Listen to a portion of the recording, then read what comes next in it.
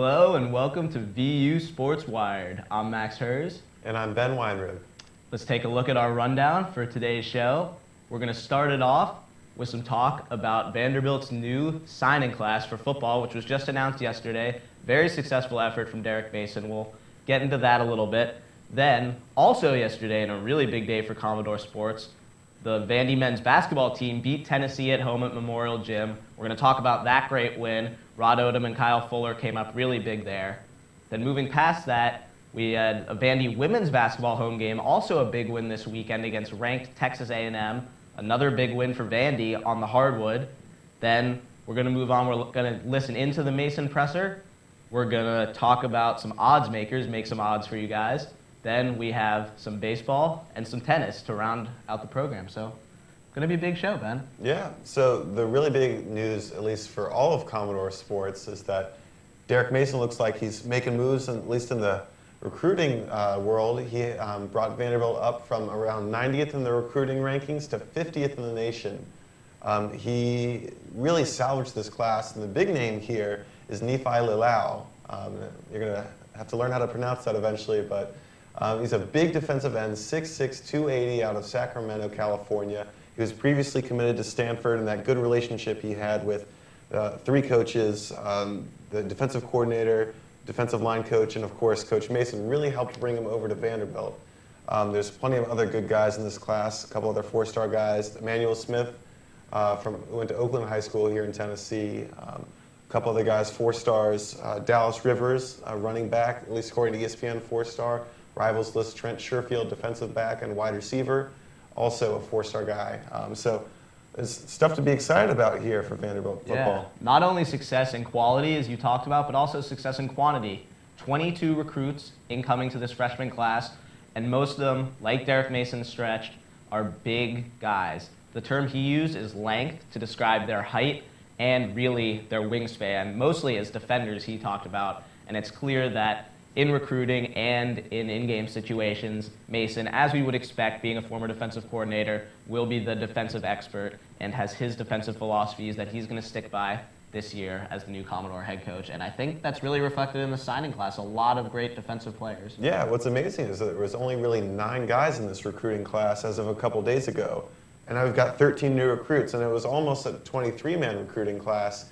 Andrew Mike had committed to Vanderbilt on Monday, but decommitted to go to Florida on Tuesday, and he would have been another 4-star guy. But still, amazing to collect all this talent in a short amount of time, which bodes well for next year when the staff will have a full year to bring all these guys in. Yeah, and Mason noted that he's already begun recruiting for next year. Considering he did such a great job with only 2 weeks to recruit here, imagine what he can do with 12 months to bring in recruits to this program. And like he said, building a national brand, you see these players from really across the country. And it's what you like to see from Vanderbilt, which does have students from all across the country, non-student athletes, of course, I'm talking about. You like to see contributions to this football program from all over the country. And really, Vanderbilt's starting to pick up national support, as it has been the past few years, and it's great to see it in the form of recruits. Yeah, and one of the amazing things is Franklin's first recruiting class, it was like about 74th in the nation compared to 50th for Mason. Now, a little bit of that has to do with Franklin putting Vanderbilt on the map, especially in recruiting. They were about top 20 when Franklin left. But to see the difference between where we were when we found a new coach last time and where we are now is really good news. Yeah, one thing I liked, or really took note of, that Mason talked about yesterday in his press conference was a very un-James Franklin-esque style, is that he is not going to force red shirts onto players like James Franklin kind of did this past year. And one thing Franklin did was he had a lot of his talented freshman recruits, especially on defense, redshirt. And Mason is making a point to show his players that they're going to have a right to play. They're going to have a chance to compete, to play on this roster. And unless something happens that requires them to get a red shirt, they're going to play. And I like that philosophy. These players want to play. They're here to play. And I think they should play. Yeah, well, if they're talented enough and there's a spot for them, sure. So now, Wednesday was also a big day for Commodore's men's basketball, taking down rival UT very, very close. This is their first win in a little bit against Tennessee, but it's great news for sure. Yeah, final score, Vandy 64, Tennessee 60, last night at Memorial Gym. Rod Odom led the way for the Commodores, had 26 points in this effort, including 15 of Vandy's first 25 points to start the game. He had an incredible fadeaway three with the shot clock at 1 in the first half that really stood out to me. And also Kyle Fuller, who reportedly had been sick for the last couple of days. Kevin Stallings confirmed that. Fuller had 12 points, including lots of great driving layups, really controlling the ball very well, something we haven't seen a lot of from Fuller this year. But he was doing it really well yesterday. Yeah, one of the nice things is he only had 2 turnovers, and that's been a problem for him lately. Ever since we've only had 7 players, he's tried to take control of the ball a lot, which eventually forces a lot of turnovers. But to keep the turnover numbers low, something that Stallings has said, he wants to keep the team out of the 16 to 18 turnover range. They're going to be pretty successful. Now we saw Damian Jones had a couple big plays. He only finished with 9 points, but he had a monster dunk that finished at either 3 or 4 on the SportsCenter top 10, had 3 nice blocks. So nice to see him come along against a nice big guy like Jarnell Stokes at Tennessee. Yeah, and there you see the Damian Jones alley-oop. That ball 2 feet higher than it should have been, according to Kevin Stallings, and Damian Jones just reaches up, piece of cake, slams it through the hoop. My favorite thing about Damian Jones' dunks, he doesn't even touch the rim. He just drops the ball in and lands on the ground. So it's pretty majestic to see him doing that. Even though he did foul out, he had a big hand in the Commodore victory. Yeah. Now, he also had a big hand, of course, against Mississippi State in their win on Sunday, which brought them back to 500 in the SEC play. Now they're at 5-4, but Vanderbilt's on a roll here. Now, Mississippi State isn't the greatest team. They faced a predicament last year where they had as low as 5 and 6 guys on their team, so they can sort of empathize with Vanderbilt. But Rod Odom's just been on fire lately. He and Fuller and Damian Jones have been carrying this team. So yeah, Odom definitely the leader here. It's nice to see the senior leader of this team, no doubt, Rod Odom, stepping up lately, shooting incredibly well from the three-point mark, putting up points, playing defense too. Great defense. Don't undervalue Rod Odom's defense also, because he's been great this year on both sides of the ball for sure. Absolutely. All right, so moving ahead, Vandy's men's team, 2 big wins since we last talked to you. Vandy's women's team had a big win this past weekend against Texas A&M. Final score there, Vandy 71, A&M 69.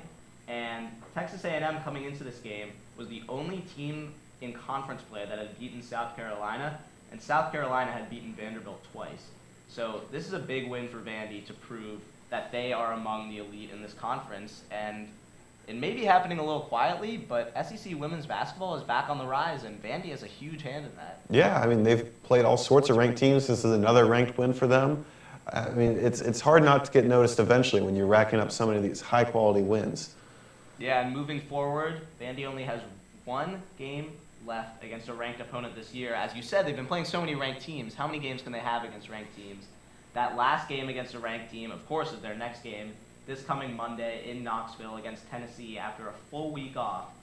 So we'll see what the Commodores can do with that type of rest. Last time they had a full week off, the Commodores lost at home to South Carolina. So we'll see how their preparation changes here and if it does change at all looking into that game. But after that, no more ranked opponents. So Commodores really have been hot, and they might not even need to be as good as they have been in order to sweep the rest of the season. Yeah, that'll certainly bode well for them as they enter the SEC tournament, where, of course, they'll have to play even more ranked teams. So getting, maybe not necessarily rest, but not having to push their bodies so hard against the easier schedule will certainly help them towards the end of the year. Yeah, highlight of the past weekend's game against A&M. Morgan Beatty, career-high 17 points, also had 6 rebounds.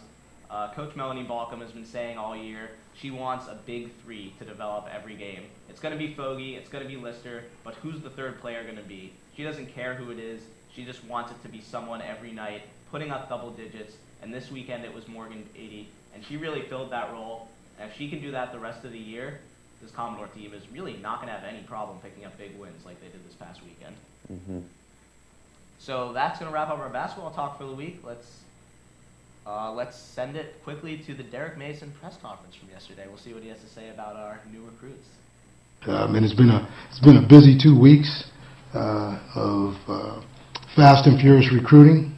But I tell you what, I think what we did, what this staff did, really, rivals what a 2-minute drill or pressure situation is all about. When you look at this group of recruits, as you go through it, you'll find depth, length, speed, athleticism, and really more than anything else, character. We need men here at Vanderbilt, men who embody what we're about, and that's working to win championships and looking at what this class was built upon. It looks like a class up front that was put together early. I mean, this class was assembled a while ago, and then obviously, man, we know about the change of staff and what happens there. But credit to the anchor part of this recruiting class for what they did in sticking with in the process and understanding what it is that Vanderbilt football is. I'm extremely excited today to talk to you about what this group is really about, who they are, what are their strengths, and how they improve this ball club, and more than anything else, what makes this group so special in terms of what it is from top to bottom. Nephi is extremely talented, and you were close. It's Nephi Lalau, but he's extremely talented. For him, it was more about comfort. We had pursued Nephi, at Stanford, and through his process, Stanford, Cal, and some other schools, we're recruiting him, and his recruiting changed throughout the process. I think he was looking for a place where he felt comfortable and felt at home, but we had spent time with Nephi. We had a chance to go watch him play basketball as of last week, and to see him on the basketball floor was amazing. He made my ears perk up, and that doesn't happen often.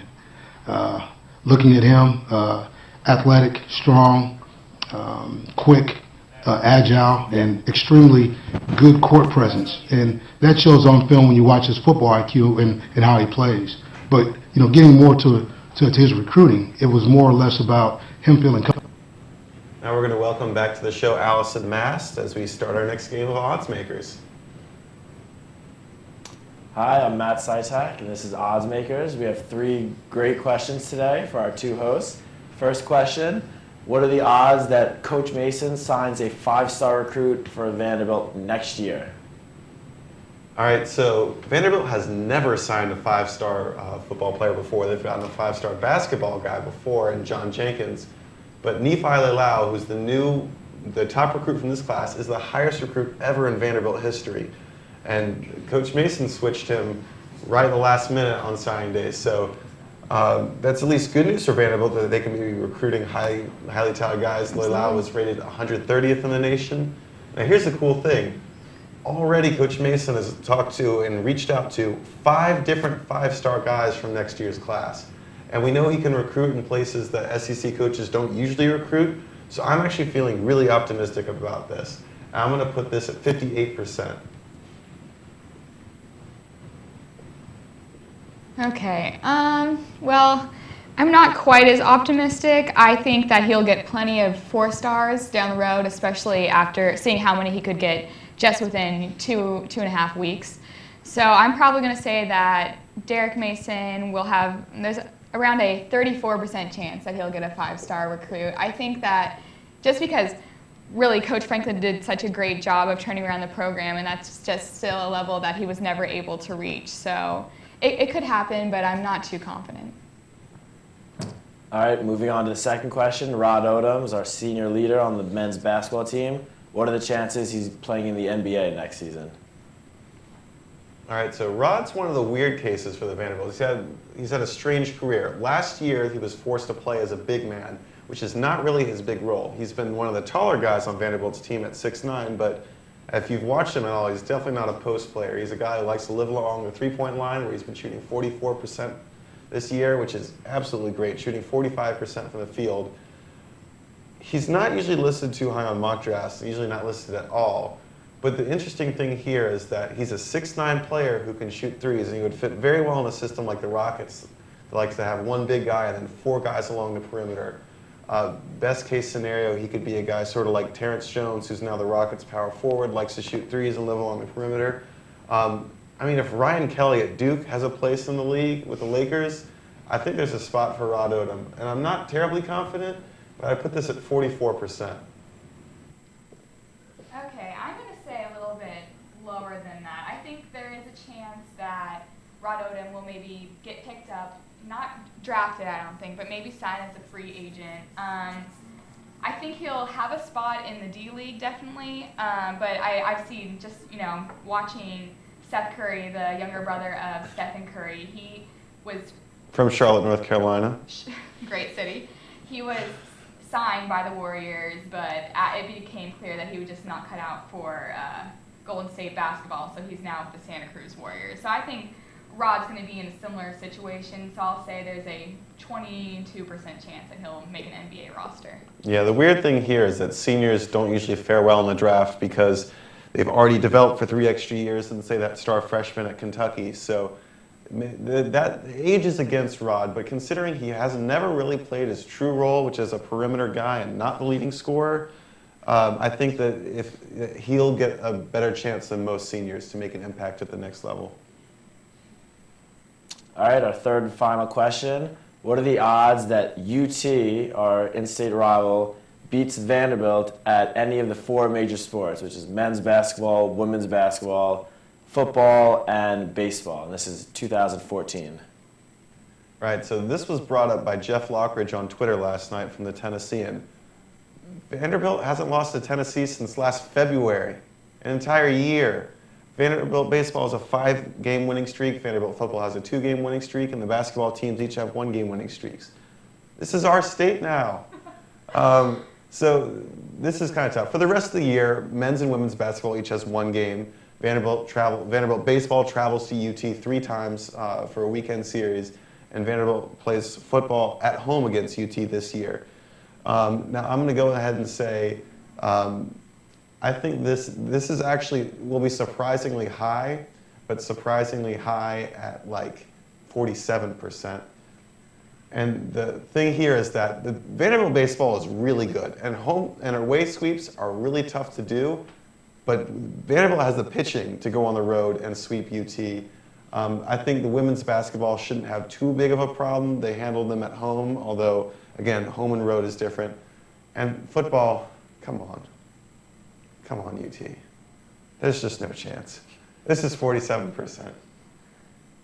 Okay, this is an interesting question just because we have no idea what our football team is going to look like, and Tennessee definitely has done a great job in recruiting for football the past few years, and so you would think that that talent would start to show up. The women's team is just consistently a powerhouse, and it's going to be tough for our women to beat them twice in one season. And same for the men. Just, there definitely was some Memorial magic working for us last night in that victory. So I'm going to say there's a 70% chance that UT will beat us at something in 2014. So 30%? Wait, am I mixing up the odds here, or are you? Oh, UT beats? Us at anything. Beats us at anything. All right. Yeah, 47%.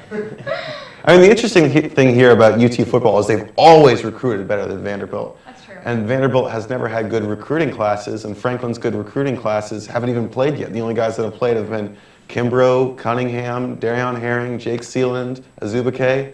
So now, even though UT's recruiting better, we're finally getting to see the real VU recruiting classes. So I'm not feeling too worried. We got Johnny McCrary. We'll be fine. I agree, but 2014 Tennessee sweep is going to be a difficult thing to pull off. They've done the Tiger Slam. They've gone 12 months without UT beating us, so at least we've got that. All right, let's recap. First question, chances that Coach Mason signs a 5-star recruit next year. I'm going to be a little optimistic and give this one to Ben. I think Coach Mason did a great job with the very little time that he did have this year, and with a full year of recruiting, I think there is a pretty good chance that he could convince at least one 5-star recruit to finally make that commitment to our football program. Next question, chances that Rod Odom makes it to the NBA. This one I'm not so optimistic. I'm going to give this one to Allison. I think he doesn't have much of a chance of getting drafted unless he somehow leads Vandy on an absolute tear to end the season and we make the tournament, but chances of that happening are very, very slim. I think he will get invited to training camp for the team, but Chances he ends up making on the final roster, I do not think are very high. Final question, the chances that UT beats us at anything. I'm going to have to also give this one to Allison. I feel confident about our baseball team. I think they can get that 3-game sweep even though it's in UT. Confident about our football team as well, but our 2 basketball teams, the UT women's team is ranked 8th in the country. Although we did beat them earlier in the season, that's going to be a very, very tough game, especially at UT. And our basketball team is way too unpredictable to have pretty much any confidence in them. So today's winner is Allison. Back to you guys.